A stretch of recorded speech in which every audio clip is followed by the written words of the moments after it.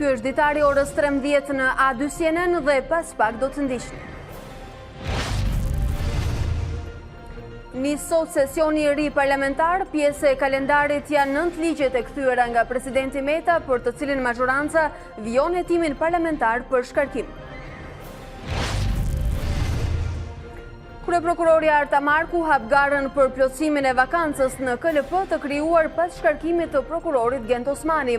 Ngritja e SPAK dhe zgjedhja e prokurorit të përgjithshëm mbeten sfidat e Këshillit të Lartë të Prokurorisë. Uragani Dorian godet Bahamasin duke shkaktuar dëme të mëdha. Stuhia po zhvendoset drejt brigjeve lindore, shtetet e Floridës, Gjeorgjës, Karolinës së Veriut dhe Jugut, të cilat tashmë kanë shpallur gjendjen e emergjencës.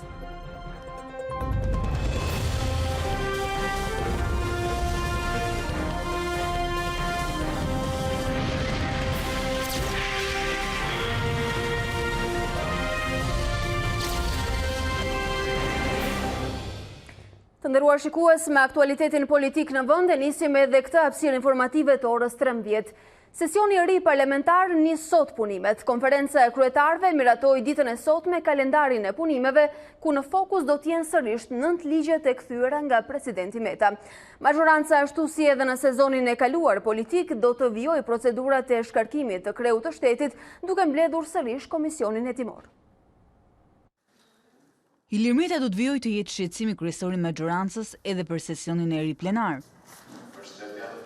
Rrëzimet e 9 dekreteve të tij për kthim ligjesh do të jenë ndër vendimet e para që kuvendi pritet të marrë këtë vjesht. Ligji për Akademinë e Shkencave, ai për konvencionet dhe PPP-t, kodi penal, ligji për planifikimin e territorit, rezervat e shtetit, veçeverisjen vendore, shërbimin përmbarimor privat, si dhe 2 konvencionet e rrugës Orikum-Llogara dhe Milot Balltren, pritet të rivotohen të pandryshuara pavarësisht vërejtjeve të presidentit. Ky i fundit pritet të thirret në një seancë dëgjimore nga Komisioni Hetimor për shkarkimin e tij, që deri në fillim të tetorit duhet të dalë me një raport. Por deri atëherë, deputetët duhet të japin një përgjigje me votë dhe propozimit të Metës për të emëruar Petraq Milon në krye të kontrollit të lartë të shtetit. Të tjera emërime si antar dhe kryetar institucionesh janë në pritje të votës, por dhe propozimi për shkarkimin e Arben Malajt si antar të Këshillit Mbikëqyrës të Bankës së Shqipërisë. Këtë sesion që nis pas ditën e kësaj të hënë do testohet dhe fati i reformës zgjedhore, e kryesuar nga Rudina Hajdari dhe Damian Gjiknuri. Opozita ka vendosur kusht për pjesëmarrje në komisionin e posaçëm që do të ndryshojë ligjin e zgjedhjeve, largimin e ish-ministrit. Paketa antishpifje e propozuar nga qeveria pritet të jetë një tjetër sfidë për kuvendin, jo vetëm mes vetes, por edhe me përfaqësuesit e medias. Mungesa e opozitës në sesionin e shkuar parlamentar dobësoi rolin e kuvendit, megjithatë edhe me votat e opozitës së re u miratua 102 akte në tërësi. Një raport i Institutit të Studimeve Politike thotë se deputetët më aktiv në kuvend ishin socialistët Vasilika Hysi, Ilir Beqaj dhe Myslim Urizi e Rudina Hajdari nga opozita e re. Por opozita nga ana tjetër dështoi të luajë rolin e saj dhe ishte vetë majoranca ajo e cila nxiti debatet parlamentare. Sesioni i fundit parlamentar ishte jashtëzakonshme, spasi për herë të parë deputetët e opozitës dorëzuan në mënyrë kolektive mandatet.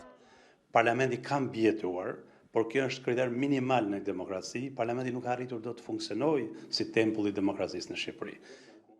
Afrim Krasniqi udhëhoqi një monitorim nga Instituti i Studimeve Politike mbi punën e kuvendit nga janari në korrik 2019.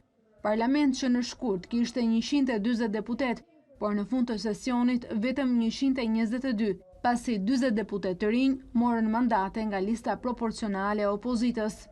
Nuk kemi pasur një standard të ri të kontrollit ekzekutiv, përkundrazi. Kemi pasur një rol të fortë ekzekutivit në parlament, sa gati ka kontrolluar edhe gjetën parlamentare, vendimarrjen parlamentare, duke e dobësuar rolin e parlamentit. Pavarësisht dobësimit të rolit, kuvendi rriti produktivitetin. Në 2019 miratoi 102 akte, ndaj 88 të miratuara në të njëjtën periudhë me 2018. Ndër ligjet më të rëndësishme të votuara ishin të fundit e paketës së reformës në drejtësi. Monitorimi tregon se edhe vetë kryeministri Edi Rama nuk ka votuar ligjet e qeverisë së tij, duke ngritur kartonin për vetëm 12% të tyre. Sipas raportit, që vlerëson deputetët në bazë të nismave dhe amendimeve ligjore, rezulton se deputetët më efektiv në këtë sesion parlamentar ishin socialistët Vasilika Hysi e Ilir Beqaj dhe Myslim Urizi e Rudina Hajdari nga grupi Demokrat. Por opozita e re dështoi të luante rolin e saj. Nuk kanë arritur do të justifikojnë besimin publik. Përveç numrave në parlament nuk kanë arritur të prodhojnë ndonjë gjë. Majoranca është munduar të kompensojë mungesën e opozitës përmes nxitjes së këtyre deputetëve të rinj dhe përmes krijimit debateve brendshme. Gjatë sesionit i janar korrik 2019 pati deputet që nuk morën pjesë në asnjë nga votimet e akteve ligjore në seancat plenare apo në mbledhje komisioni, kryeson Lefter Koka i LSI-s, që nuk ka votuar asnjë ligj. Ndërsa ditën e sotme, Partia Demokratike ju rikthye çështjes së kryebashkiakut të Vorrës Agim Kajmaku, të cilin e ka akuzuar se është dënuar për falsifikim parash në Greqi, gjë që e bën të jetë në shkelje të ligjit të dekriminalizimit. Heshtjen e kryeministrit Rama në lidhje me të përzgjedhurin e tij për Vorrën, demokratët e quajnë mbrojtje që i ofrohet Kajmakut. Dokumente nga gjykata dhe prokuroria e Athinës të publikuara provojnë se i përzgjedhuri Ramës për Bashkinë e Vorrës është i inkriminuari i radhës i pushtetit rilindjes. Të dhënat e sistemit TIMS rrëzuan çdo alibi apo përpjekje të Ramës për të gënjur, duke provuar se Agim Kajmaku është personi i arrestuar në Greqi si Jorgo Toto në akuzën e trafikimit të parave të falsifikuara.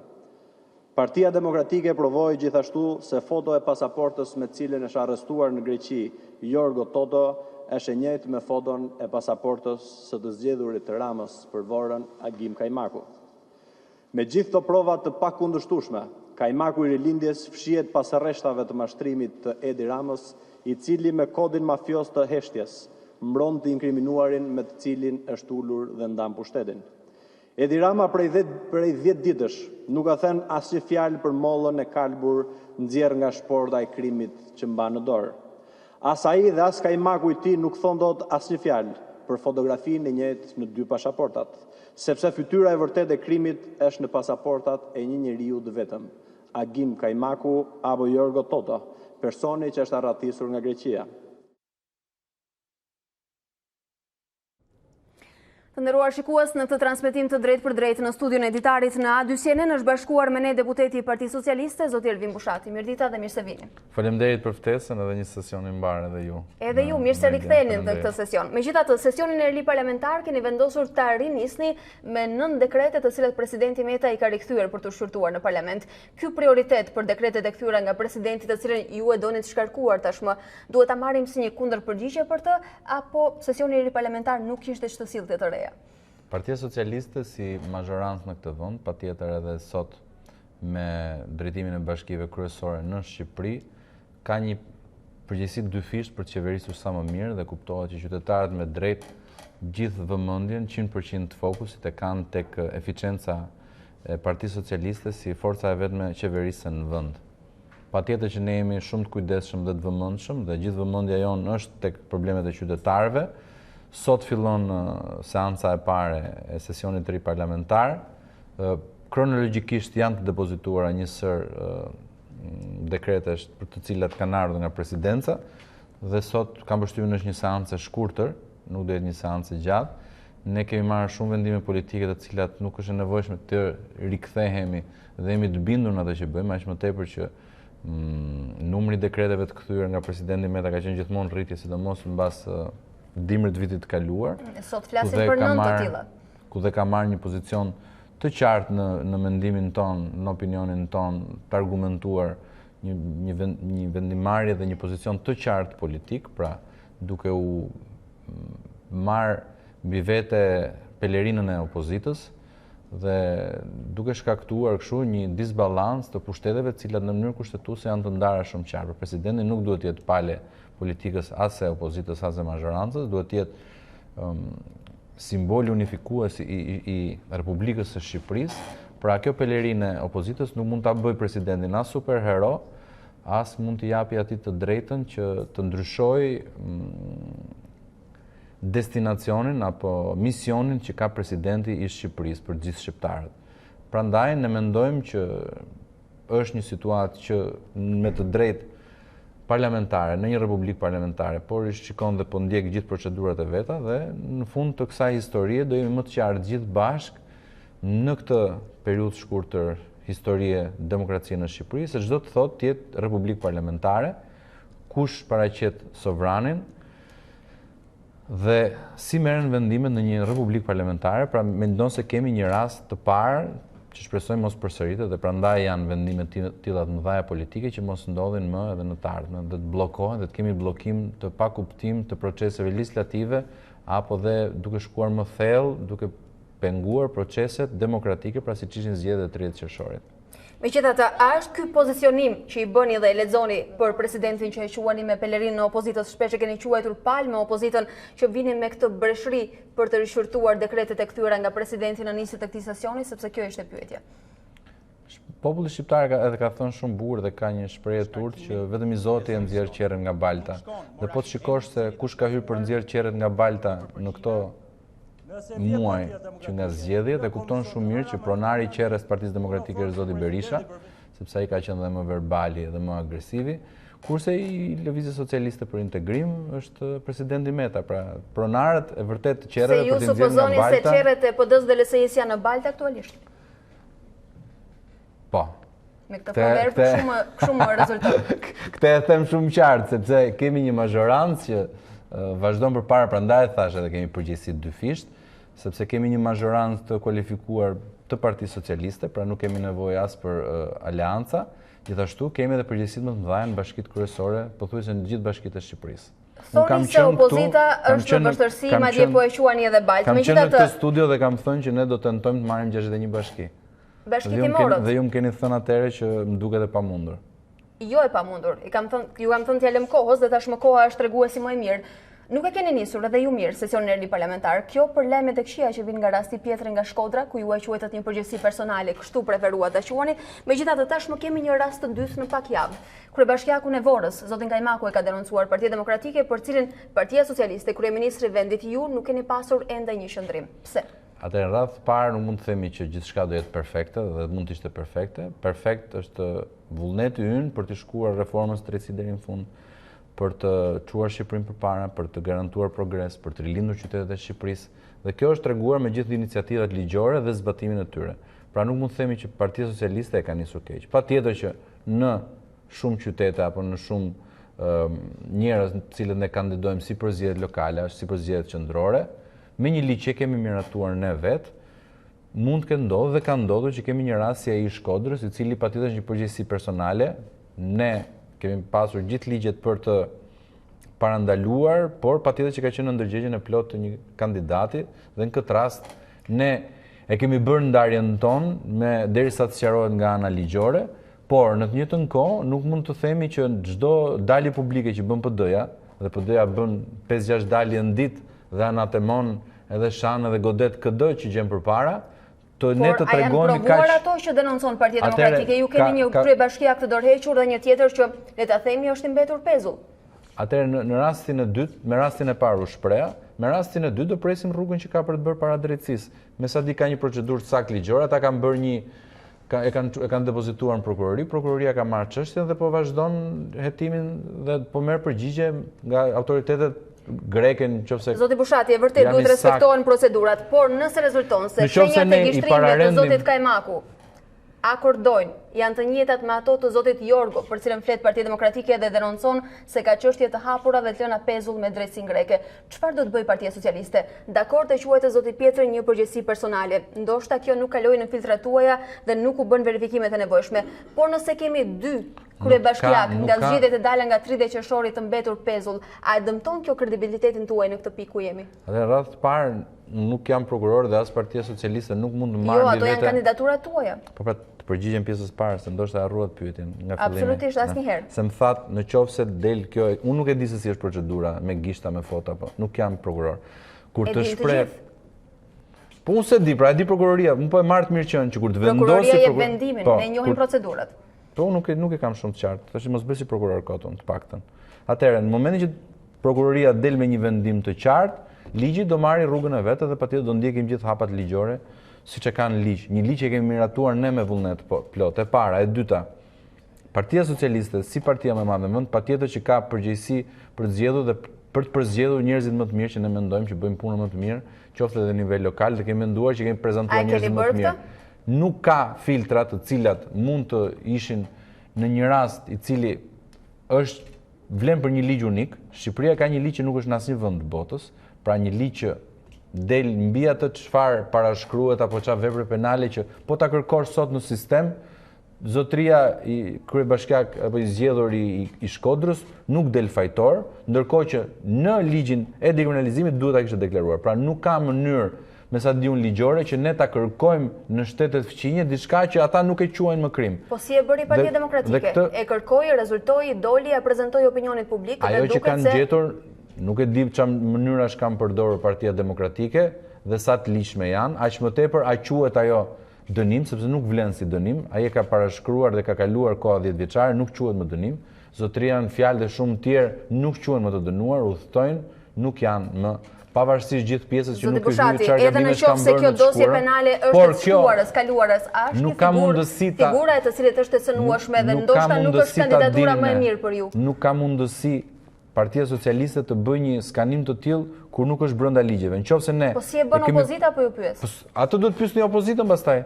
I kanë pyetur, ata thonë se sot është i rëndësishëm produkti dhe jo kanali. Po mirë, pra dakord. Ata janë ndoshta me këtë që qëllimi justifikon mjetin pavarësisht se është i paligjshëm. Kanë paguar para apo e kanë marrë në mënyrë të paligjshme, atë le ta gjejë drejtësia italiane, nuk është detyra ime fare. Atëherë, nuk është një njerëz që është sot i dënueshëm apo i dënuar në drejtsinë italiane apo greke, të dy udhtojnë drejt vendeve, por nuk besoj që është ky thelbi i bisedës. Ne jemi përpjekur dhe do përpiqemi të gjejmë njerëzit më të mirë. Nëse ka raste dhe patjetër do ketë se në çdo mazhorancë, në çdo vend të botës mund të jetë dikush që ka kryer një vepër dhe me ligjin drakonian që kemi ne, edhe nëse nuk është më krim sot, patjetër që duhet ishte raportuar. Këtë pikë ne kemi propozuar një procedurë brenda Partisë tonë Socialiste, që ta nisim 3 muaj të tjera përpara se të fillojnë zgjedhjet. A është zgjidhja tek afatet? Është pyetja ime? Te kush afatet? Afatet të cilat i keni propozuar, ndoshta një ndërhyrje në ligjin e dekriminalizimit, ndoshta në kodin zgjedhor? Do ta shikojmë në të gjitha, kemi kohë për ta parë, deri në zgjedhjet e ardhshme kemi edhe 2 vite kohë, 2021 do jenë zgjedhjet përgjithshme elektorale, kështu që mendoj që jeni të bindur se zgjedhjet bëhen vetëm në 2021, çfarë me 13 tetorin e presidentit? Dhe për këtë kemi bërë thirrje të sinqertë të opozitës që të bashkëpunojmë për reformën elektorale, një reformë që është gati dhe mund të ketë ndryshime të tjera, patjetër e paguar dhe me lekët e taksa paguesve gjermanë, është vetëm e ndershme nga ana të gjithë palëve që të bashkëpunojnë. Unë mendoj dhe kam thënë dhe këtu që zgjedhjet në Shqipëri do mbahen me 30 qershor dhe u mbajtën. Zgjedhjet e ardhshme elektorale janë në vitin 2021, sepse kështu e parashikon kushtetuta dhe mazhoranca është e qëndrueshme, numrat janë në parlament. Më vjen keq pastaj për gjithë shpjegimet e tjera artistike apo astrologjike, të cilat thonë që shiko se nuk është shumë e moralshme apo mund të ishte edhe më mirë. Në çdo vend të botës ka diskutim, ta mbaroj. Duhet ta përjashtojmë parimin moral nga çdo diskutim në politikë. Jo, nuk po them këtë. Morali ndërtohet si një argument politik që që të bindësh qytetarët që në zgjedhjet e ardhshme, nëse je aq bindës dhe ti je virtyti moralit, siç nuk besoj që është zoti Basha apo zoti Berisha, kur i bind qytetarët që shiko moralisht këta, moralisht ai mund të thotë që dhe çmimi i ujit duhet të ishte gjysma e kësaj që është, ose moralisht mund të thonë dhe të provojnë të kërkojnë votën, thonë shqiptarët duhet paguajnë energjinë elektrike. A është e moralshme kjo? Se di. Jo, në këtë rast po flasim për pastërtinë e figurës së të zgjedhurve tuaj, që duhet të shërbejë njerëzve, komunitetit. Patjetër pra, sot kemi procedura dhe kemi situata në Itali, në Francë, në Gjermani, në Angli, në Amerikë, më le ta mbaroj tash se dëgjova pyetjen. Ku ka shumë diskutime të tilla të moralshme dhe politike, ama kjo s'do të thotë që ta anashkalohet procesi demokratik që qytetarët votojnë atëherë kur është koha. Është detyrë opozitës, prerogativë dhe i vetmi misioni i opozitës, t'i bindu qytetarët që këto që i quajnë çështje morale, të jenë dhe çështje politike dhe mos t'i japin votën X-it apo Y-it, po t'i japin Sali Berishës, qofse ja mbushin mendjen, të moralshme janë. Këto në fakt duhet të jenë parim të gjitha, por në kushtet ku ne jemi. I bie që në rastin e parë që ata quajnë që nuk është e moralshme dhe për ata mund mos ishte dhe që shqiptarët mos paguajnë fare energji elektrike dhe se quajnë moralshme, kërkonin zgjedhje parakoshme, kjo do të thotë që ne duhet bindemi. Kjo është jashtë parimeve të moralit, nuk është diskutuar për energjinë elektrike, është një gjë më parsore se kaq. Zoti Bushati, në kushtet ku ne jemi, kush është më parsore se kaq? Kandidaturat tuaja. Kandidaturat, ne kemi shumë kandidatura, kemi 80 deputet në parlament, kemi 61 kryetar bashkish, kemi shumë drejtor, shumë zëvendës ministra, tashi që ne të jemi 100% njerëz të cilët në rininë e tyre mund të kenë kryer diçka që nuk është më sot krim, pikërisht për një ligj që ne kemi miratuar, kjo s'mund të vërë ndryshim moralin e Partisë Socialiste, se s'ka sens. Të atyre që keni zgjedhur që ju përfaqësojnë, a nuk patjetër, kishit figura të cilat nuk dyshonit se janë mund figura të që përfaqësojnë, që ne mendojmë që në Shqipëri shumica e tyre si deputet, si ministra, si zëvendës ministra, si kryetar bashkisë, pra është një kohortë e madhe njerëzit që ne kemi nxjerr para publikut për përfaqësuar Partinë Socialiste. Mendojmë që i kemi më të mirët. Megjithatë, nëse qëllon, atëherë kështu ndodh në çdo vend të botës del diçka për X ministër, ka ndodhur edhe për presidentët e Gjermanisë apo të vendeve tjera dhe kanë dhënë dorëheqjen. Kështu ndodhet në Shkodër dha dorëheqjen. Kjo s'mund të vënë pikë pyetje partinë,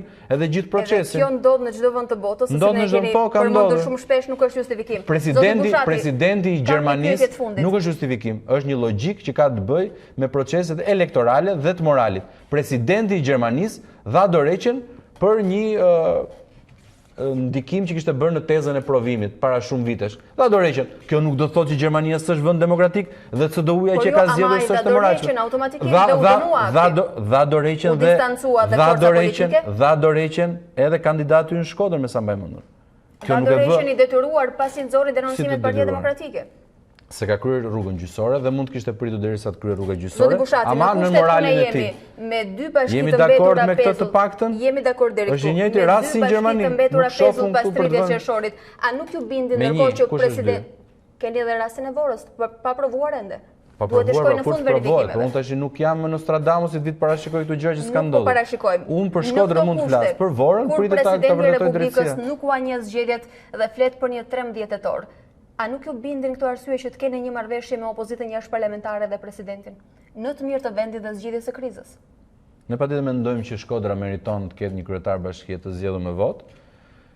Ne do shikojmë gjithë rrugët ligjore për të zgjedhur një qytetar përfaqësues dinjitos për qytetin e Shkodrës, aq më tepër që është një nga qytetet më të vjetra të Shqipërisë, pra me kulturë qytetare dhe meriton patjetër të prezantohet dënësisht. Për këtë duhet që t'i bindemi ligjit dhe kushtetutës. Pra ju po flisi për zgjedhje të pjesshme në qarkun e Shkodrës në këtë rast dhe jo për 13 tetorin. Unë kam për detyrë dhe me sa di unë jam i zgjedhur që t'i bindem ligjit dhe kushtetutës dhe jo kapriçove qoftë këto dhe të presidentit kur janë politike. A mund të ketë kapriço presidenti që është mbi palët? Data 13, po nuk është pra mbi palët, se ne këtë po përpiqemi të provojmë dhe për këtë e kemi çuar. Ky është supozimi jon, po. Patjetër do të çojmë në parlament, votohet në parlament, çohet edhe në gjykatë kushtetuese, sepse ndodh dhe në vende të tjera të botës që do krijohet shumë shpejt. Ne kemi shpresën që do krijohet shumë shpejt. Atëherë, unë nuk besoj që mbi ligjin dhe mbi kushtetutën dhe mbi demokracinë rreth parë, sepse qytetarët kanë votuar qartazi për Edi Ramën kryeminist dhe Partinë Socialiste në pushtet. Nuk kanë votuar që të merret vesh me Ilir Metën apo dhe me Sali Berishën apo dhe me Lulzim Bashën kur e ndjejnë që ju ka ikur ajo pelerina opozitare. Po qytetarët ndoshta edhe nuk njihnin rastin Pjetri dhe Kajmaku që i njohin sot.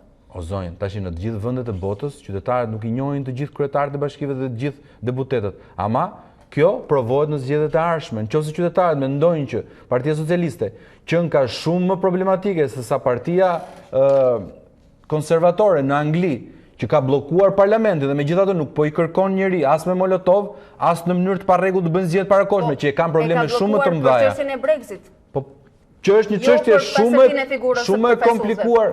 E njëjta gjë ka ndodhur edhe në Amerikë. Mos bëjmë sikur s'kuptojmë tash.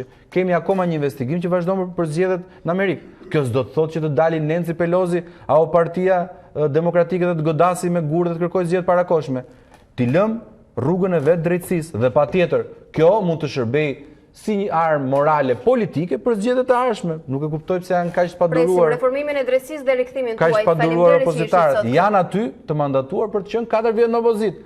Të rriten, të piqen, mos sillen si fëmijë dhe të presin kohën. Dhe nëse këto janë armë morale që ne u kemi dhënë, kjo do të thotë që do shkojnë me një tuf argumentash në zgjedhjet e radhës. S'kam se tregojnë pa durë, po ti presim pra. Faleminderit juve.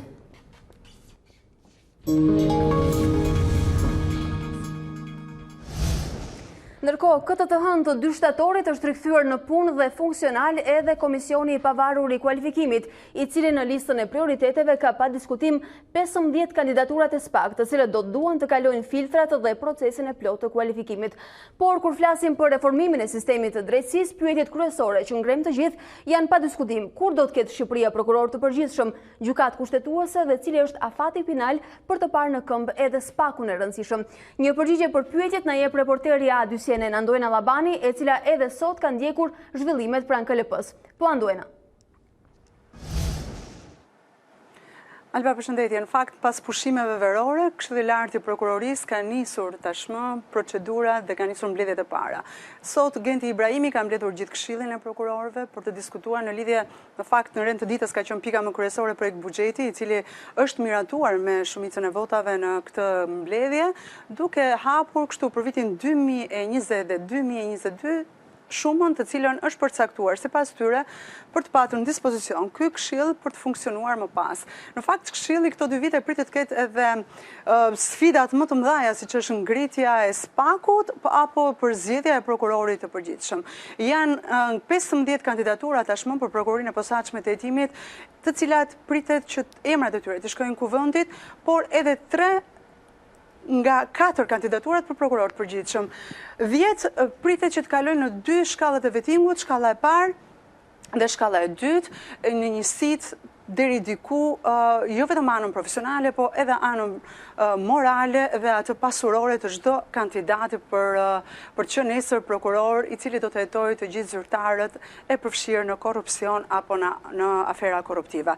Në fakt, Genti Ibrahimi ka dhënë një mesazh shumë të qartë. Ai ka deklaruar sot që do të jenë shumë të kujdesshëm dhe procesi do jetë shumë i hapur.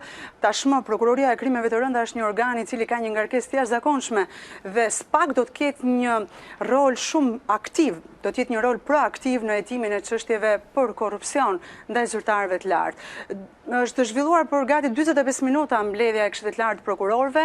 Genti Ibrahimi në fakt është pritur nga gazetarët për të dhënë një prononcim në lidhje me atë çfarë do të ndodhi në shtator.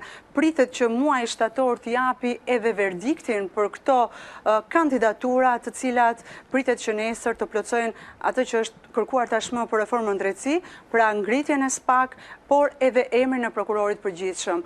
Në qoftë se do të i referohemi prokurorit përgjithshëm, presim vetëm Olsian Çelën, i cili me datën 5 gusht pritet që të kalojë në KPA dhe do të dali për të dhënë llogari përpara gjyqtarëve në lidhje me eksperiencën e tij, me anën profesionale, po edhe me anën morale dhe pasurore. Vetëm pas kësaj, në bazë të një llogaritje, ata do të dalin përpara KLP-s dhe do të dalin në një intervistë për të dhënë shpjegime edhe përpara faktorit ndërkombëtar dhe vetëm pas kësaj, me një renditje pikësh, emrat e tyre do t'i drejtohen kuvendit për miratim. Vetëm pas kësaj do të kemi emrin e prokurorit përgjithshëm Alba. Andoena, a mund të themi sot se kur flasim për ngritje në këmbë të SPAK, kësaj pjesë shumë të rëndësishme të reformimit të drejtësisë, kemi afate të hekurta dhe të palëvizshme, është përmendur dikur fundi i shtatorit? Në fakt, duket ajo çfarë flitet në korridoret e Këshillit të Lartë të Prokurorëve është që brenda datës 18 tetor ne do të kemi tashmë emra dhe do të kemi të ngritur 2 struktura të reja. Nuk dihet një afat i përcaktuar, as kreu i Këshillit të Lartë të Prokurorëve dhe askush nuk ta thot qartë datën se kur do të kemi SPAK-un, por gjithsesi procedurat janë tashmë të qarta. Një listë me 15 emrat e kandidatëve do të jetë prioritet për 2 shkallat e vettingut dhe do të jenë ata të parë që do të kalojnë. Duke nisur nga sot, që është data 2, presim që në Këshillin e Lartë, në KPK dhe në KPA të kalojnë emrat e përcaktuar tashmë nga ky këshill për të kaluar më pas në sitën e vettingut. Vetëm pas këtyre do të merrem parasysh, është rënë tashmë dakord, edhe siç e ka thënë Genti Ibrahimi në disa intervista për A2 që do të jenë ato prioritet për të kaluar së pari, duke mos mbajtur kështu peng ngritjen dhe konstituimin e 2 organeve të reja. Kështu që themi që këto do të jenë të parët dhe besoj se brenda datës 18 tetor ne do të kemi tashmë të ngritur edhe 2 struktura të reja, Alba. Andoena, unë të falenderoj për informacionet shtesë që solle për ekranin e A2.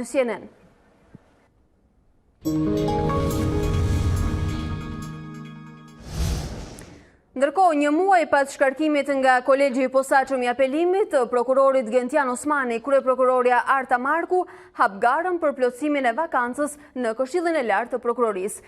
Osmani u shkarkua nga detyra në 31 korrik nga Komisioni i Posaçëm i apelimit me argumentin se nuk justifikonte shpenzimet për gjatë viteve 2011 dhe 2013. Rreth një muaj nga ky vendim, prokurorja e përgjithshme fton sot prokurorët nga prokuroritë e shkallës së parë që plotësojnë kriteret sipas ligjit për organet e qeverisjes së sistemit të drejtësisë të bëhen pjesë e garës për antar të KLP-s. Më herët, vetë kryeprokurorja Marku pati argumentuar se vonesën për nisjen e procesit e kishte lënë për shkak të pushimeve verore. Momenti dhe për zhvillimet ndërkombëtare. Uragani Dorian goditi dhunshëm ishujt Bahamas si stuhie kategorisë 5. Autoritetet raportojnë për dëme katastrofike dhe dallgë deri në 7 metra lartësi. Lutuni për ne është thirrja e kryeministrit Hubert Minis. Uragani Dorian me të gjithë forcën e tij prej stuhie të kategorisë 5 gjendet në Bahamas, ku po shkarkon gjithë zemërimin e tij.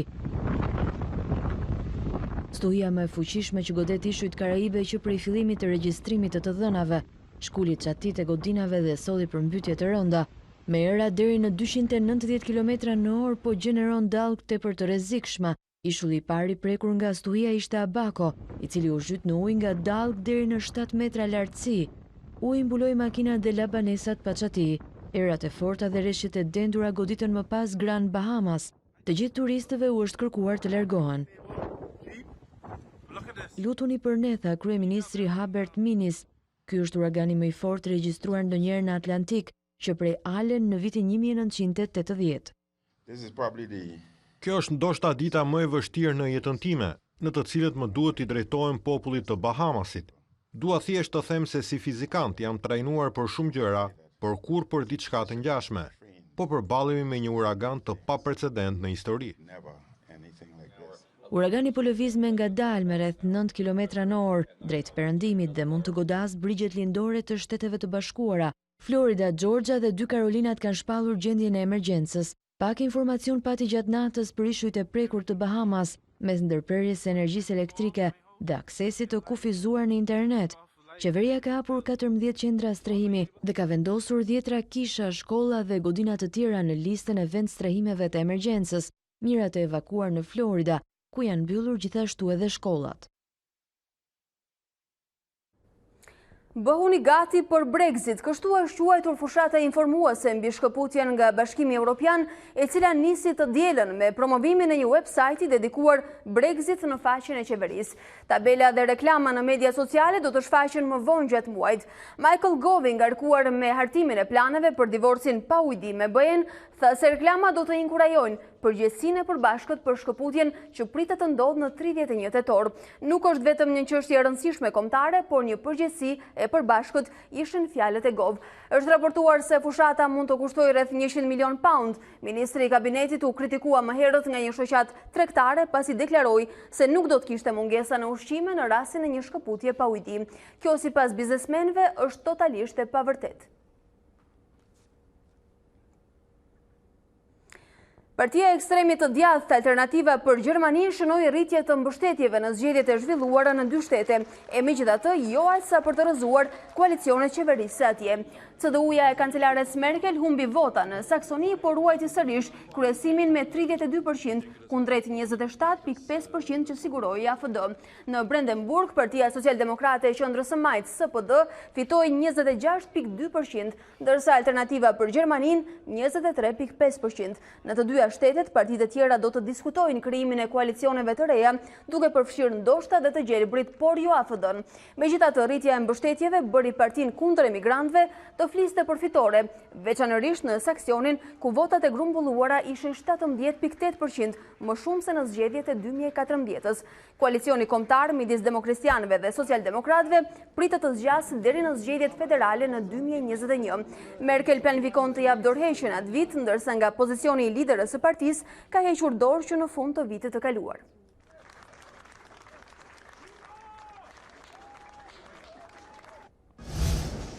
E ndërkohë, kombëtarja shqiptare ka nisur grumbullimin në Durrës për sfidat kundër Francës dhe Islandës. Do të ndjekim një komunikim të drejtë për drejtë për ato të vlefshme për Euro 2020. Sigurisht që po t'i kthehemi pak eksperiencësh, ndoshta me Francën kemi eksperiencë deri diku pozitive, kështu që pse jo të pretendojmë, është si më thënë, jemi detyruar të pretendojmë do të marrim pikë edhe në Francë, kështu që mendoj që do jetë një ndeshje që do kërkojnë vlerësim dhe përqendrim maksimal. Normalisht s'është e lehtë me një ekip si Franca, por që do provojmë çdo gjë që është e mundur që ta arrijmë.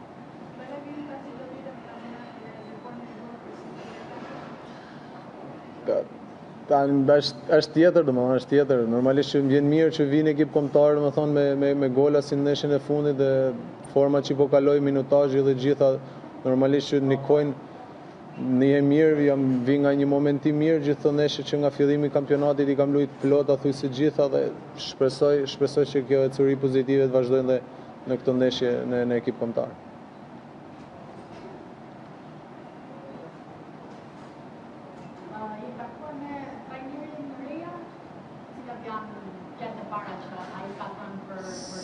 Sigur. Jo, unë takova sa po kam marrë, mëngjes jam bërë pjesë e grumbullimit, pasi dje kisha dhe ndeshjen dhe normalisht kisha takova dhe trajnerin, kishim një bisedë shkurt, më përgëzoj për golat dhe për aktivizimin që kam pas në këtë ndeshje. Normalisht nga forma që kam pasur edhe pjesa e aktivizimit, që ju tuani, apo jo? Është them drejtën në ekip kombëtar, dëshira është e gjithëve për të luajtur. Gjithë duhet jemi gati, gjithë që jemi ftu, por në fund është trajneri që bën zgjedhjen dhe mendoj që normalisht ai do bën zgjedhjen e duhur bazuar në atë çka kanë treguar lojtarët, nga atë çka do tregojnë stërvitje, në varësi të skemes që do përdorin, të shohim. Balaj dhe Strakosha kanë folur në emër të kombëtares shqiptare para sfidave për kualifikueset e Euro 2020. Ne rikthehemi tek të tjera informacione, mbetemi në sport. Shumë vuajtje, por në fund një fitore e merituar. Partizani, kampion, mundi me vështërsi 1-0 flamurtarin që ende nuk e ka shijuar pikën e parë të sezon. Të kuq në inferioritet numerik për më shumë se një orë lojë, gjetën fitoren me golin e vetëm të sulmuesit Solomon.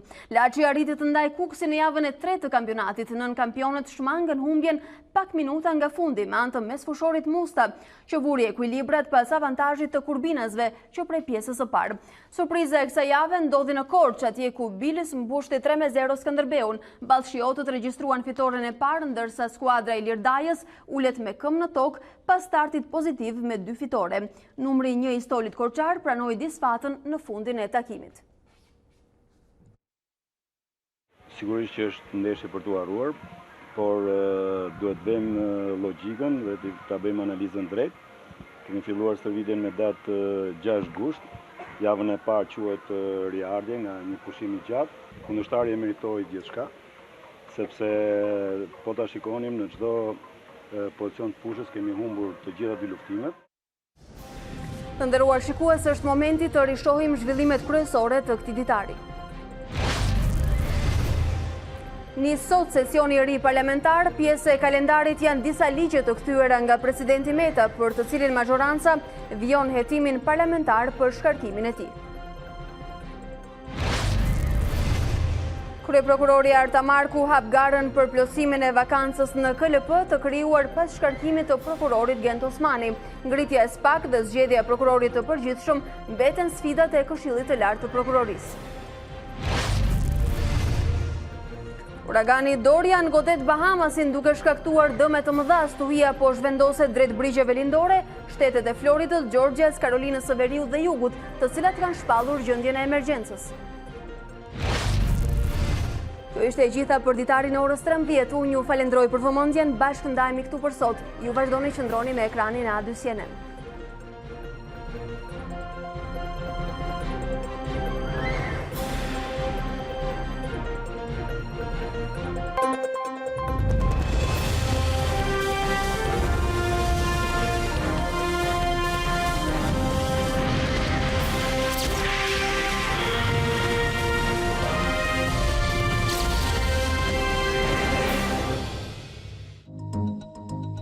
Unë jam Alba Lishani dhe ky është Ditari në A2 CNN. Për të parë të gjitha videot e Ditarit, klikoni subscribe.